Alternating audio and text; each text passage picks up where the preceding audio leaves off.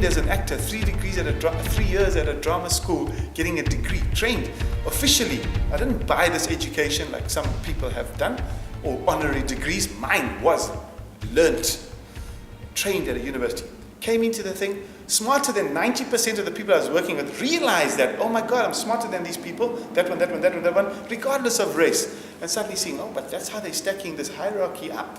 Okay, I'm not going to ever look to these people for affirmation, for survival. I'm going to look to myself. So I moved out of acting into directing. Oh, smart nigga, you want to direct now? Yeah, 400 episodes of daily drama. I realized I am who I say I am.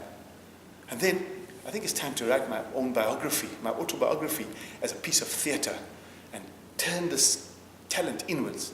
And so I started studying my own family history and turned it into a piece of storytelling theater. And that's where you find me today, a human being that's going as an artist first and foremost, independent of what people think and feel and do. My newest show is completely off the wall. It's called Backyard Blues and There Never Was a Band, a one-man musical about how 3 young friends spoiled each other's future together and thought they were doing a great thing at the time. So I don't rely on the great Peter Turin machine, the I'm singing in the rain, or Sound of Music, or any of those things to make me who I am, to define my career. I depend on Kurt Egelhof inside to define who I am and to determine my career. That's the shortest synopsis I can give you of how I got here. I came from angry young man to a drama student, to a working actor, to a director, to a producer, and now I'm just a whatever the hell I would want to be, man. Unquestionably. If you let go of that, you must be willing to die, for me. If I let go of that anger and put my feet up and go, okay, I've done everything I need to do now. It's time. Let the grandchildren come and fiddle around my feet and go, oh, you got bad feet. And go, yeah, shut the hell up, nothing. Wait till your anger catches up with you. I'm happy to embrace social practices of no, we're cool, we're doing the right thing, we're going on a picnic, we're playing with the ball. But as a creating person, making theater or making art that is verbal mostly, and sometimes visual on a stage when you get clever, making art to try and create illumination in the minds of your viewer to switch that light on, I think that's a very, very good tool to own up to your anger.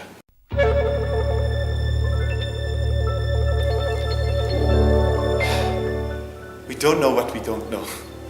I know there are lessons. If I knew what they were, I would address them in the present moment, in the actual realization of, I need to learn this lesson. I'd go and learn it.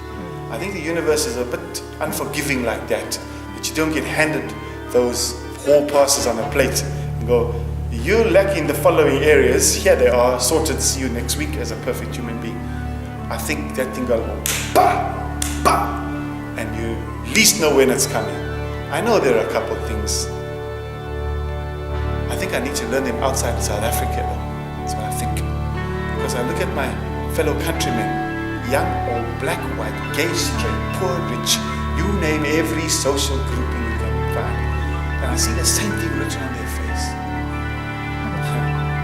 Anger, entitlement, competition. There's so few people you meet in the street that are untainted by this thing, this massive social injustice. And so I think one of the things I'd like to learn is to sit in the company of people on whose faces I can see complete contentment of who they are. I suppose this is what was going down in the cafe societies pre-Second World War, and maybe that kind of thing led to decadence and so forth, and then the collapse in the Second World War. But I'd like to spend time in the company of people who are just, there's no chips on their shoulders, there's no bullshit lie on their face. They're just in their moment, in their skin.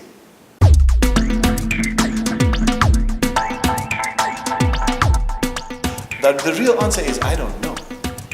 But what I do know is that the people I'm being asked to coexist with are not anywhere near capable of embracing their humanity and forgiving, first of all, themselves and each other for of the layers of bullshit that South Africa has stacked upon its people and suddenly expect them to forget in a flash.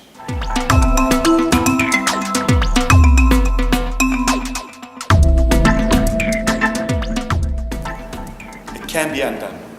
I'm a little bit intolerant of the perception that this young democracy is only 20 years old. Well, in the whole 20 years, I have seen no initiative that qualifies as a truly liberating initiative to undo those things on the face of the people. I see initiatives claiming to be that, but heading towards the same regrouping of silos. I see it in official documents. I go, what? Are we still talking with this vocabulary? I see it the way people look at mixed race couples, biracial families in the street, and people look at them with contempt and going, what? Do we still have a problem with this? Never mind what South Africa claims to be addressing, to be able to recreate a place where everybody is feeling good and comfortable. It's not happening. What we could have done in the 20 years was at least seen honest initiatives at a socio, political and economic level to begin to redress this, to undo these things.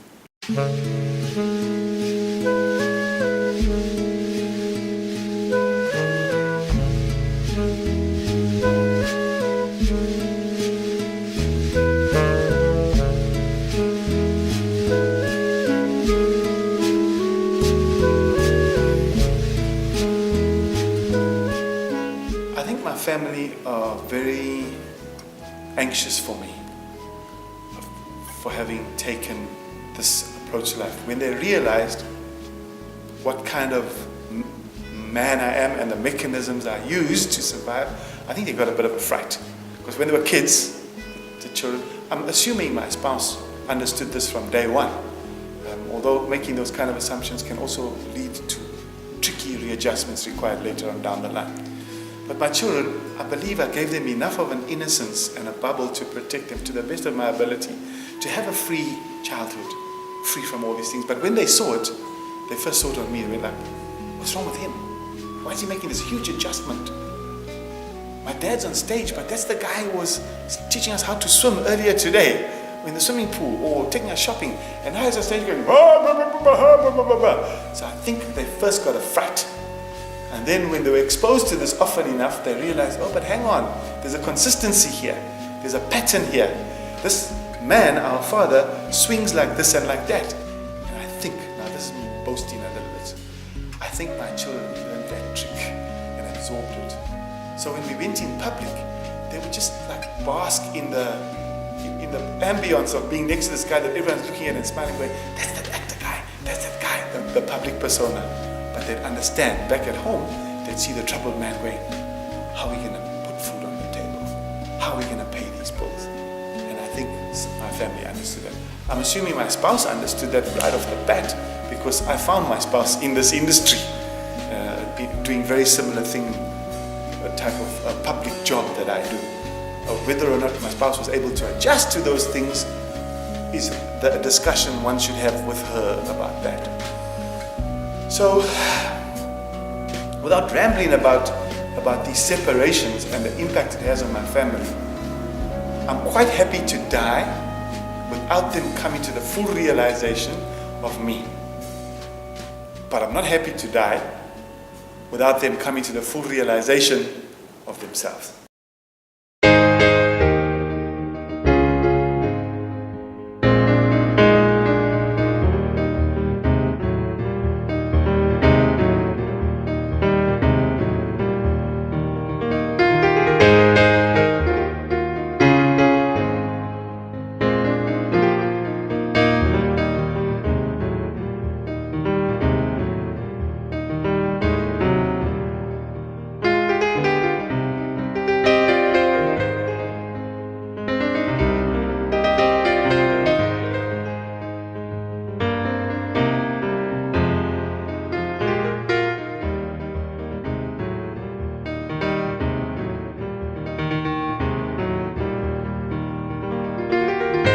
In terms of the international stage that our sector operates on, I, as an actor, have had exposure to that. And there was a part of my life when I thought that it was inevitable that I'd be a big player on the international screen. And that was around about just before that 17-year-old realization. You know, I was watching movies when John Wayne was still a handsome young man. So, and looking at this black and white movies at age 6, 7, 8. The first movie I watched was Tammy and The Bachelor. And I looked at this and I went, that's me. I can do that. I want to do that. So leading up to the end of my matric year, I just took for granted I'm going to be a huge international star. Because I was already, apologies to the great Michael Jackson, I was already at Michael Jackson level, because we were similar age. When I was a young boy, I was winning all those competitions in my neighborhood singing, and everyone was saying, oh, he's going to go far. Even my grandmother said, son, you got more education than your grandfather. He was an entertainer, but he didn't get far because he never had an education. You got an education, you're going to go far. So all that writing was going into the script of my life then.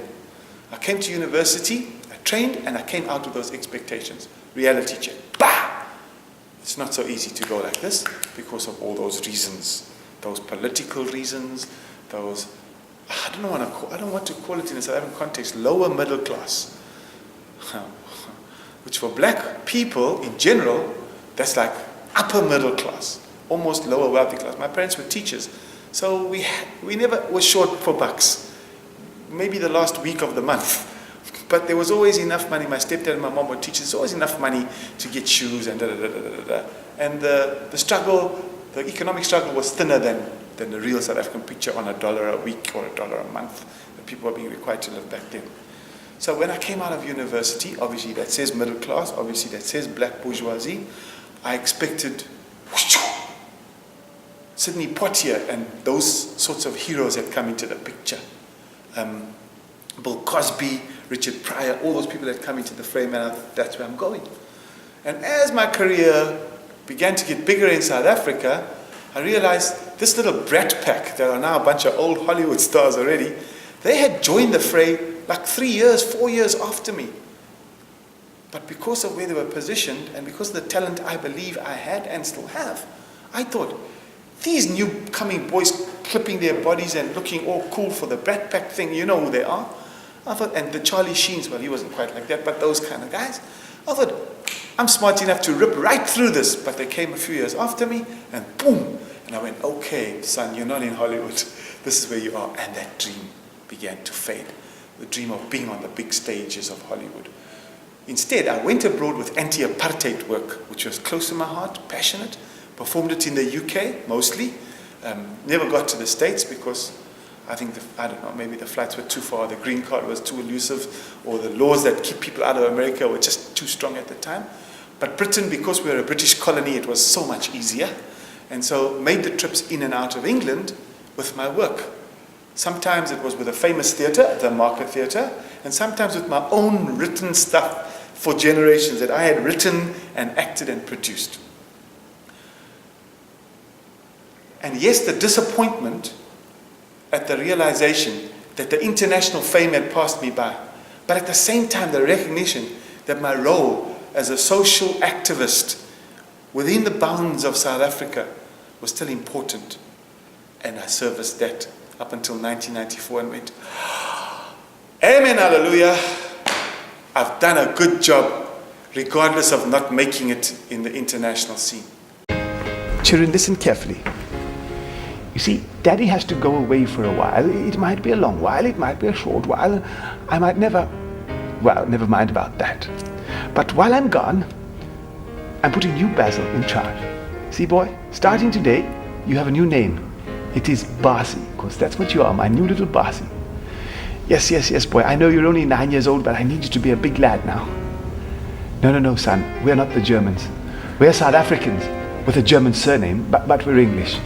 So Daddy is going away to help the South Africans, help the English fight the Germans. I know, son, it confused the bugger out of me too. Yeah, my old man gave me the nickname Basi on the day he left for the war in North Africa.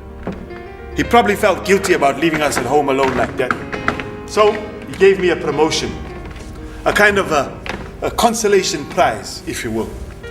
In his absence, I was to be his man on the ground, his new man in charge, his new bossy.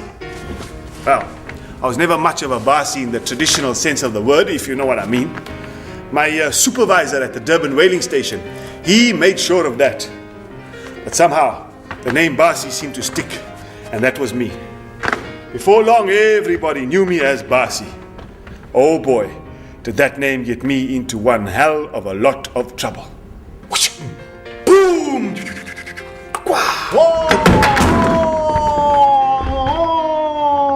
Dead whale. Huh. Happy wage packet. Basil can finally afford a better standard of living for a working class man. I've been told they do that, the Germans. Random shelling of some hill or kopje just in case there's someone up there keeping an eye on them. Bloody hell. Today they got lucky, they bloody got me. The harpoon is primed and ready for firing, Captain. Boom! My name is Sonny Egelhof, and this is not my war. I won't be dying here today. Now Basil can afford to pay the fees for Marge to give birth in hospital this time. His second child is born, a beautiful baby girl, while he's away at sea, killing whales for a living.